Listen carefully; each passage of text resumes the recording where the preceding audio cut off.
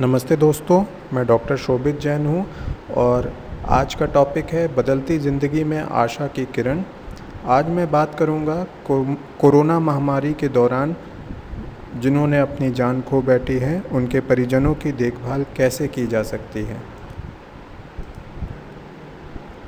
दोस्तों, अगर इस महामारी के दौरान लाखों लोगों ने अपनी जान खो बैठी है, अगर आप आंकड़ों की बात करें तो सिर्फ भारत में 3.25 लाख से अधिक कोरोना पॉजिटिव मरीजों ने अपनी जान खो बैठी है। हालांकि ये आंकड़े सिर्फ उन व्यक्तियों के हैं जिनकी रिपोर्ट कोरोना पॉजिटिव है। मौत और भी हुई है जिनकी या फिर रिपोर्ट नहीं आई है या फिर जिसकी किसी और वजह से मृत्यु घोषित की गई है। यह मौतें मृतकों के परिजनों के लिए एक हादसे की तरह है, जिसमें परिजनों ने अपने परिवार के सदस्य को हमेशा हमेशा के लिए खो दिया है।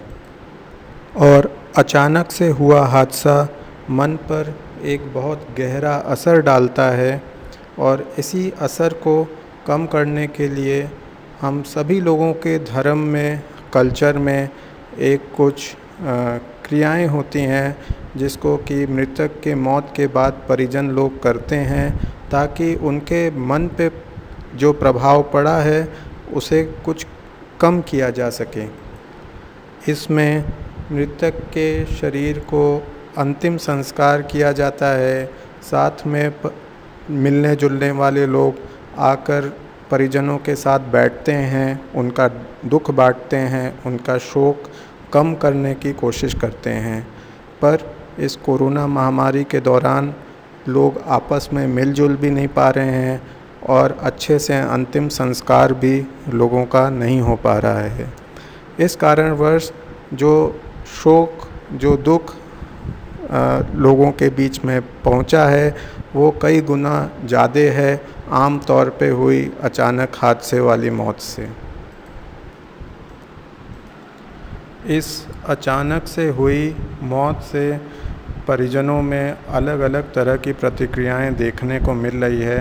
कुछ लोग मृतकों को मरा हुआ मानने से इनकार कर रहे हैं, कुछ लोग अपना गुस्सा खुद पर या दूसरों पर निकाल देते हैं, कुछ लोग खुद को या दूसरों को मृतकों के मौत का जिम्मेदार ठहराना कोशिश कर रहे हैं, मृतकों को वापस लाने के लिए प्रार्थना करते हैं, मृतकों को याद करके उसे खोजने की कोशिश करते हैं, अपने आप को हारा हुआ या नाकामयाब मानते कर बैठ जाते हैं, कभी कभी घबराहट में महसूस कर बार बार रोते हैं और कुछ लोग नशे का सहारा लेने लग जाते हैं। परिजनों की प्रतिक्रिया कितनी तीव्र होगी ये निर्भर करता है कि मृतक से उनका रिश्ता कितना करीब का है। अगर किसी जीवन साथी की मृत्यु हो जाए, जैसे पति या पत्नी किसी की हो जाए, तो वो काफ़ी करीबी रिश्ता है। और उसी तरह बच्चे का और माँ बाप का रिश्ता काफ़ी करीब माना जाता है। बहन और भाई, इन तरह का रिश्ते अगर में किसी की मौत हो जाती है तो ये बहुत गहरा असर डालता है। दूसरी बात, ये मृतक के ऊपर जो परिजन हैं वो कितने आश्रित थे।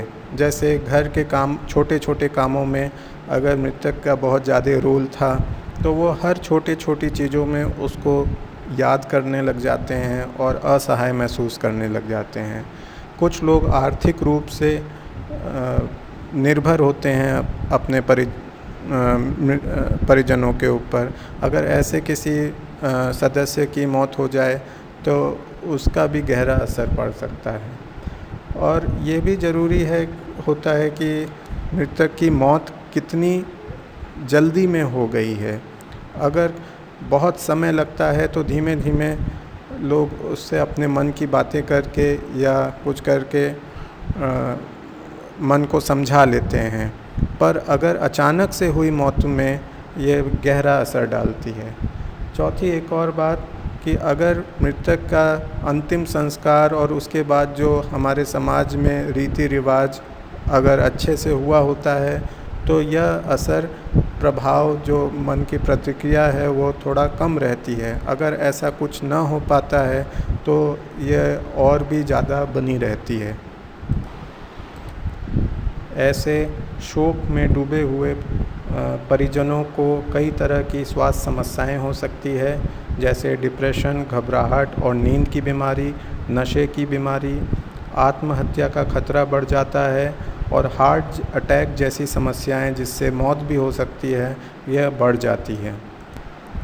तो आइए हम जानते हैं आज कि किस तरीके से इस शोक में डूबे हुए परिवार का दुख कम किया जा सकता है और ऐसा क्या क्या हमें करना चाहिए इनके साथ ताकि इनका दुख और कम किया जाए।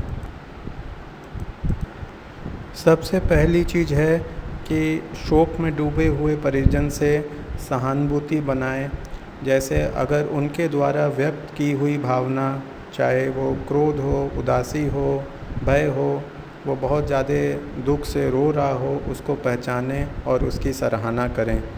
उनको अनसुना न करें या उसको नकार न दें। इस प्रकार उनके मन में आपके लिए एक अपनापन का एहसास होता है और उनके मन में यह संदेश जाता है कि उनके ऊपर जो बीत रही है उसे आप समझ रहे हैं और उनकी भावनाओं की कद्र कर रहे हैं। दूसरी बहुत ज़रूरी चीज़ है कि आप उस परिजनों से वास्तविक बातें करें। अपने मन में जो बातें हैं उन्हीं भावनाओं को प्रकट करें और कुछ बनावटी बातें या व्यवहार दिखाने की कोशिश ना करें। तीसरी ज़रूरी चीज़ है कि आप परिजनों से सकारात्मक संबंध बनाएं। अपने आप को उनके लिए उपलब्ध करके रखें जिससे कि वो अपने मन की बातें या अपनी भावनाओं को आपसे कभी भी व्यक्त कर सकें और उनको जब ज़रूरत हो वो आप तक पहुंच सकें। उनसे संवाद करते समय ज़रूरी है कि मौखिक संवाद के सिवा आप उचित इशारों और व्यवहार का भी प्रयोग करें। जैसे अगर वो बात कर रहे हैं तो आप उनकी तरफ देखकर बात करें, उनके चेहरे की तरफ देखकर बात करें। उनकी तरफ देखने से ऐसे लगता है कि आप उनकी बातों की में रुचि ले रहे हैं और सुनना चाह रहे हैं। वह जब कुछ अपनी भावनाओं को व्यक्त करें, आप अपना सर हिला के उसे एक्सेप्ट करें और उसे समझें। हिम्मत या दिलासा देते समय उनको अपनी मुट्ठी बांध कर दिखाएं। इन सब से संदेश और भी अच्छा जाता है। अपनी आवाज़ की गति और ध्वनि परिजनों के अनुकूल रखें। न बहुत तेज़ बोलें, न बहुत तेज़ चीख के बात करें। अपनी आवाज़ की लय और जो परिजन हैं उनकी लय से तालमेल रहे। आप उनसे मृतक के बारे में बात करें, उनके जीवन शैली के बारे में बात करें, उसकी बीमारी के बारे में बात करें और उसको बोलने के लिए प्रोत्साहित करें।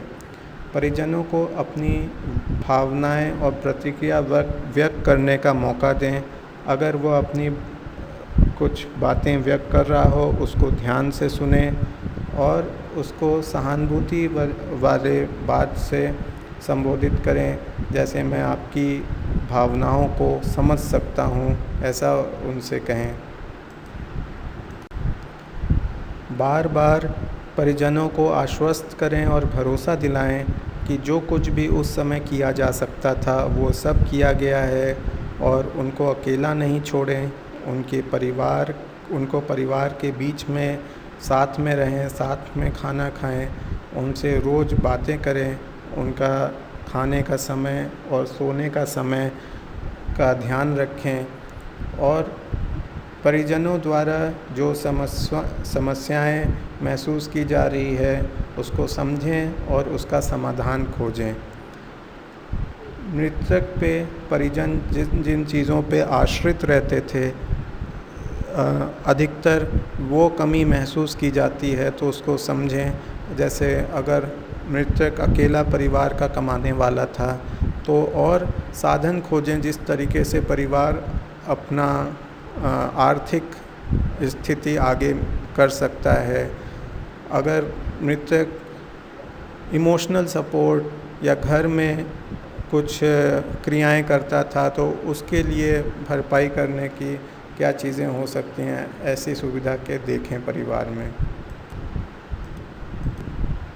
यह भी बहुत ज़रूरी है कि आप कुछ बातें कहने से बचें। जैसे कुछ लोग ऐसा कहते हैं कि वह अब बहुत अच्छी जगह पर है, वह तो अब स्वर्ग में है, या वह इस पापी दुनिया से छुट्टी पा गया है।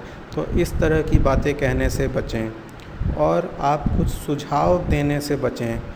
जैसे आप उनकी आत्मा की शांति के लिए रोज़ प्रार्थना करिए। आप बहुत ज़्यादा सोच रहे हैं, ज़्यादा ना सोचिए। आप उन जाने वाले को भूलने की कोशिश करिए। तो इन तरह की बातें कहने से बचें। कभी कभी परिजन आपके ऊपर गुस्सा हो सकते हैं, आपके समझाने पे आपको ऊपर नाराज़ हो सकते हैं या मृतकों की मौत का ज़िम्मेदार ठहरा सकते हैं। ऐसी स्थिति में उनकी मनोदशा समझते हुए चुप रहना ही उचित होता है। ऐसे समय में उनको कुछ समझाना नहीं चाहिए और ना कुछ उनसे बहस करना या डिस्कशन कुछ उस बारे में करना चाहिए। यह जो शोक वाली स्थिति है, गम वाली स्थिति है, यह एक काले बादल के समान होती है। जैसे काले बादल आते हैं, उस समय थोड़ी देर के लिए छाँव हो जाती है, फिर वो बादल जाते हैं तो फिर धूप आ जाती है। यही धूप छाँव व्यक्ति की ज़िंदगी में चलते हैं। यह जो काले बादल हैं वो मृतक की याद के समान हैं। जब उसकी याद आएगी, मृतक थोड़ी देर के लिए ज़्यादा उदास हो जाएगा और फिर थोड़ी देर बाद वो कुछ ठीक महसूस करने लगता है। शुरू में ऐसी चीज़ें बार बार होने लगती हैं, पर जैसे जैसे समय बीतता है वो ठीक होता जाता है। आम तौर पर ऐसा देखा गया है कि इससे उभरने में 6 महीना से 1 साल भी लग जाता है। शुरू के पहले महीने में इसका शोक का असर बहुत ज़्यादा रहता है। कुछ लोग खाना पीना भी छोड़ देते हैं, कुछ लोगों की नींद बिगड़ जाती है, पर जैसे जैसे कुछ दिन बीतते हैं उनकी नींद और भूख ठीक होती जाती है। फिर वह अपना ज़रूरी काम भी करना शुरू कर देते हैं। लगभग 1 महीने के आसपास वो अपना जीवन का ज़रूरी काम भी करना शुरू कर देते हैं और 3 महीने से 6 महीने बाद वो करीब लोगों से नए रिश्ते बनाना या जुड़ना, लोगों से के साथ घूमना फिरना, यह सब भी शुरू कर देते हैं। लेकिन ये जो अवधि है हर लोगों में अलग अलग होती है। किसी को 1 साल भी लग जाता है, किसी को 2 साल भी लग सकता है। पर अगर आप किसी व्यक्ति की मनोदशा दिन पे दिन बिगड़ती हुए देखें या वो बहुत ज़्यादा दिन के लिए नींद में परेशानी महसूस करे, खाना पीना में दिक्कत महसूस करे, उसकी सोच समझ बहुत धीमी हो जाए, कुछ भी सोच नहीं पाए, अपने आप को व्यर्थ महसूस करे, बार बार या रोज़ आत्महत्या के बारे में बातें या सोचा करें, कभी कुछ मजाक वाली बातें का माहौल बने तो उसमें कोई भी प्रतिक्रिया न दे और अपने आप में ही खोया हुआ रहे।